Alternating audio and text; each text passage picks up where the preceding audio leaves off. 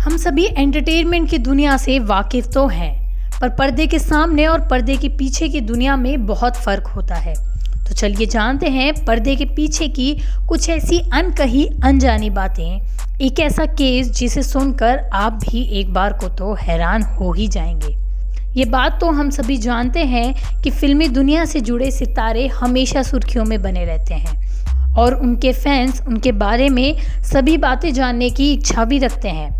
तो चलिए आज आपको एक ऐसे एक्ट्रेस के बारे में बताते हैं जिनकी कहानी अगर आप भी जानेंगे तो यकीन मानिए आप भी एक बार ज़रूर ये सोचेंगी कि क्या ऐसा भी होता है। दरअसल ये कहानी जुड़ी है 1930 के दशक चीन की आइकॉन एक्ट्रेस रही रुआन लिंगविन से।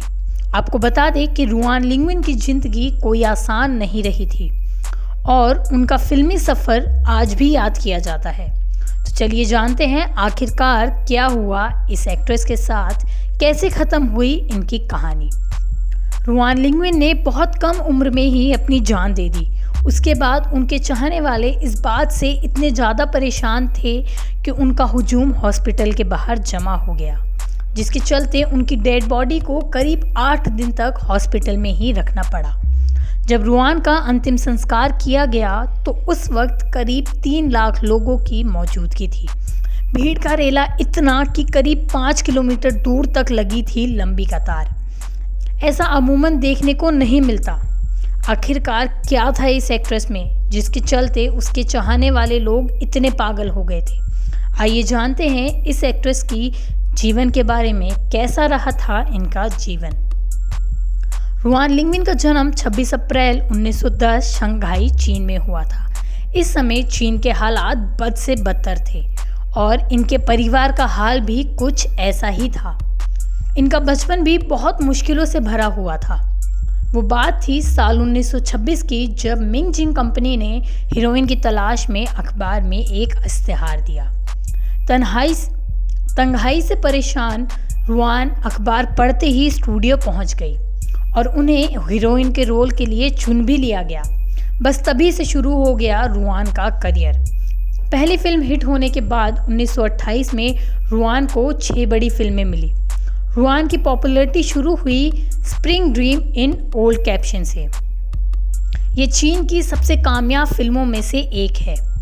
वहीं से रुआन की पॉपुलैरिटी शुरू हो गई, पर पॉपुलैरिटी के साथ साथ उनके जीवन में कुछ बहुत बुरी चीज़ों ने भी शुरुआत कर ली थी। रुआन की माँ जिस अमीर व्यक्ति के घर में काम करती थी, उनके चौथे बेटे झांग दमाई से रुआन प्यार करने लगी थी और उसके बाद ही उन दोनों ने शादी कर ली। झांग एक जुआरी थे जिनकी बिगड़ैल होने की वजह से उनके घर वालों ने उन्हें घर से बेदखल कर दिया था। लेकिन बात यहीं तक ख़त्म नहीं हुई। उन दोनों का रिश्ता बहुत परेशानी में चल रहा था। मतलब दोनों की शादी काम नहीं कर रही थी। उस शादी को काम करवाने के लिए उन दोनों ने एक बच्चे को गोद लिया, लेकिन उसके बाद भी कुछ हो नहीं पाया। उन दोनों ने एक दूसरे से तलाक लेने का डिसीज़न लिया।